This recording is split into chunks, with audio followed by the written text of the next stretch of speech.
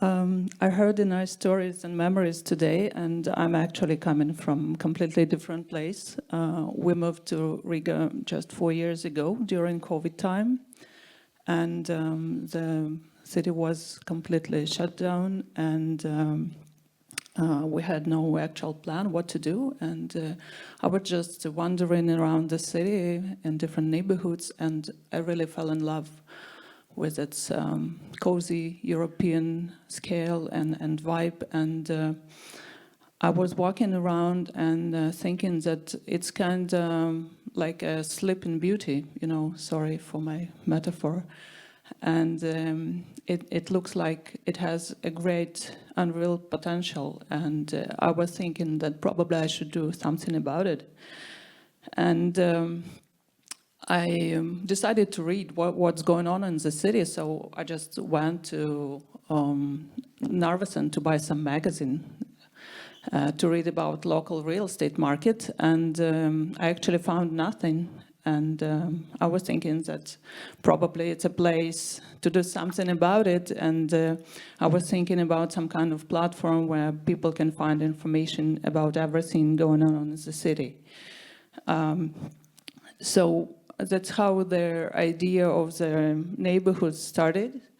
And if you never heard about us, probably it's a time to try to use this QR code and join. And the idea of neighborhood, it's actually an independent media and digital platform which is dedicated to the life of Riga. And it's actually two platforms. The yellow one, it's lifestyle media covering the lives of the city, events, interesting places, its history, venues, and the people who made it possible. And the idea of neighborhood, it's not just like a physical place, but it's, maybe I put it here.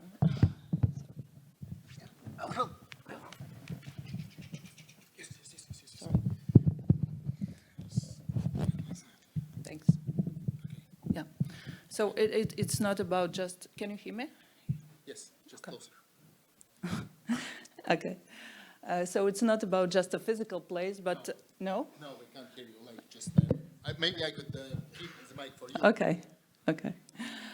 So it's not about just a physical place, but about being a neighbors. And we heard a number of stories how important it is and to know what's going in the next neighborhood. And Neighborhood Plus, it's media which is focused on architecture, urban development, and real estate in the city, covering not only Riga and Latvia, but we are trying to cover all Baltics. And the idea is actually to explore the city dynamics and understand what really shapes its identity. And we're trying to collect different best practices, bringing it from Baltics and Northern Europe, which we think like more relevant in terms of a mentality and the climate to the city, and to empower both local residents and developers with the knowledge and skills how to enhance and develop the city. Oops. Oops, sorry. Yeah. So we focus in number of things, and as I mentioned, it's different case studies from Baltics and Northern Europe. It's kind of unique content because no one has really written about it. Also trying to explore all local notable real estate developments and big projects. Also revealing professional terms for urbanism, creating multiple guides about local neighborhoods, where to go, how to spend your time, and mentioning interesting historical objects, and not only the fancy one, but the places people usually avoid to go. So today I would like to share some thoughts about how to make a better city. And Julia? yeah. Here, point here. Oh, okay. Yeah. I'm trying to do it like Yeah. that. Okay, so Riga was always been a city with a vibrant past and history, and as far as I know, it was always like a lead and sublet between closest neighbors like Tallinn and Vilnius. But in past year, Riga is keep losing its position in many aspects, what I overall called like urban development. So what we have, to my opinion, it's a clear and accessible development strategy to the city in general, with a defined set of development priorities, and it faces constantly the quality of urban infrastructure to both locals and visitors. So the idea is to establish a vision and strategy which is clear not just for politicians or municipal authorities, but for every single citizen, because people have to understand why do they need to live and stay in the city to grow up their kid there, or to come back to Riga from abroad and to bring all your knowledge and start or continue a life here. And right now it's not very clear. And I think creating this vision and strategy could help people to have kind of meaning again, and to be proud and align. The strategy should be aligned with their values. So we can actually build this strategy focusing on different types of audience, and you can see multiple options we can hear, but the idea is to choose something and to stay focused, because the budget is never enough, and allocating it correctly and all the efforts can help to do this important steps further. So kind of obvious one to start with tourism, which is usually a key driver for urban development. And in that case, the city centers actually serves as like a main resource for developing the city's appeal for tourists. And the most easy steps is, you know, to create more points of interest, just like the example we had seen from Helsinki, to provide pedestrian connectivity between all these points of interest, develop neighborhoods, reuse and revitalize spaces with diverse public program. And we actually do a lot in neighborhood in a digital way by kind of promoting Riga for tourists and locals. But first we have to understand where is this city center lies. The kind of official borders of it usually includes center and West Riga, the old town, but it's quite compact, and it can be just, you know, like a open walkable area, but right now you cannot really get everywhere. It's not very convenient, even to get probably behind MadCity Street. If you're walking from the old time, it just kind of, and for many tourists, I mean. So, and in many cases, it's this compact center, it's really like a disadvantage for tourists, because they come in from, you know, they come in for Riga and they not even stay for the second day, because right now the average length of the nights, it's like 1 point something. So people decide to go somewhere else to continue to Helsinki or Tallinn or somewhere else, and not to stay in Riga. So if we can create like additional attractions, so we can keep people in the Riga for more than one night. And actually the city center, it's not ends with these borders we see right now. If we check the walkability from the city center, and we can see that it actually covers all city center and much beyond, with a suitable 30 minutes walk. And if we can provide just a convenient pedestrian connection, so people can get even far. But if we measure this walking distance not from the like a standard center, which is the like classical, the main monument, the Freedom Monument, but we measure it from the transport hubs, which is Riga port and Rail Baltica with railway and central bus station. So we can get even a better map with spread of the walking distance much wider and much diverse, including more neighborhoods and even the other part of the city. So what to be done here, it's by creating the connected network of walking routes and routes for micromobility, ensuring infrastructure for using and renting vehicles will help to people get further.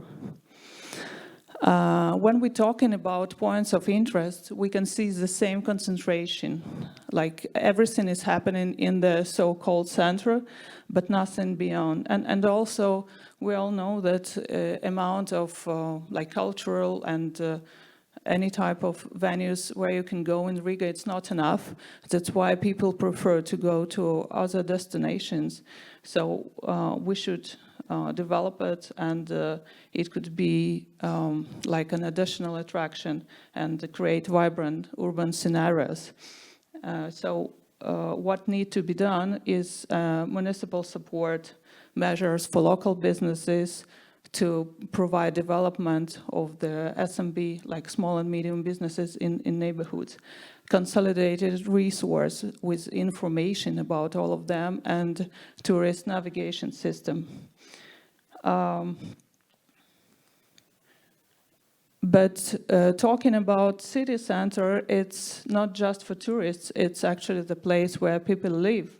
And we should always take it into account, and to avoid conflicts, we should consider it first before the tourists. And right now, as you can see on the map as well, the spread of the function is not quite equal between the neighborhoods. And in the city center, you don't even have like a dog playground, for example, which we have only 3 in the whole big center. And according to the 15 minutes concept, where all residents should have an access to all the function within 15 minutes. So Riga is not really compliant with those recommendations. And we can, by like monitoring and checking the level of development of each neighborhood, we can enhance the whole center altogether. The next topic regarding reuse and revitalization, which is quite important because we all know that Riga has a significant number of abandoned buildings and lot plots. And it altogether creates the feeling of overall decline of the neighborhood or of the street if you can see abandoned buildings on a wave from West Riga and further. So it requires collaboration between residents and developers, but of course the ultimate responsibility lies with the city. And we can see on this map that more than like 50% of the residential buildings in the so-called center was built before 1919, and in the center it's even more than 70%. So beyond the state programs for preservation, there should be business support to make all procedures easier to acquire and to maintain buildings. Also, some management companies who can help with work with historical buildings. And also, there can be temporary solutions when government or the city can just rent abandoned lots and make a temporary solutions for citizens, like a pocket parks or public spaces or art spaces, and make it like a program, at least at the zones which is on the way from the touristic center. one of their most interesting neighborhoods around center, it's Latgale, which is actually ex-Maskačka. So it's kind of black sheep of Riga, and it was always neglected because of negative reputation and because of the railways that was separated it from the rest of the city. And as a result, it has like low population, low salary level, but also a low cost of residential real estate. So if we're thinking about it as a part of the city center, so it has a rich history, existing good infrastructure, and amazing extensive coastline, which presents a great potential for development, being a part of the city center. And for development of the territory, the big scale projects can be the drivers. Right now we have one, which is Rail Baltics, and we have more like Krasta City, new malls, and you can see the map of upcoming projects around the neighborhood, which should turn it into something different. And if we look at Maskačka in a bigger scale, we can see that it's actually a huge part of the waterfront, which together with the northern part of the waterfront, where it's Riga port, creates a huge cityscape, which can create a new silhouette coming from the north to the south, involving all new projects inside.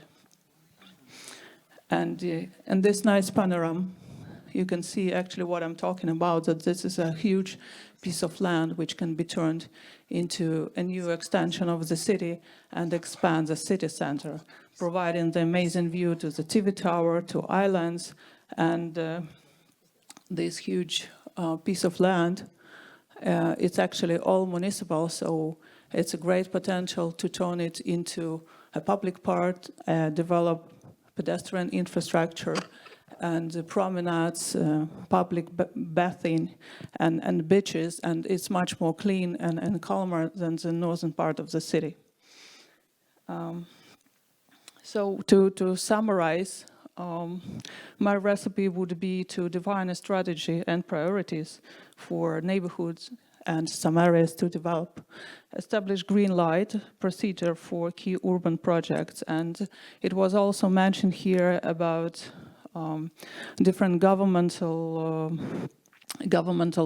private partnership, which should be a kind of must in such a big project, because cities should have a requirements and everybody should have an obligations, and support SMBs, and of course promote Riga and Latvia confidently as we do on neighborhood, because we have a lot to be proud of. Thank you. Oh.